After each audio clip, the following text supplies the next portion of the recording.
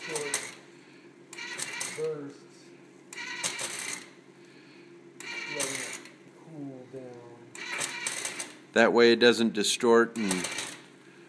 Yeah, that and burning through.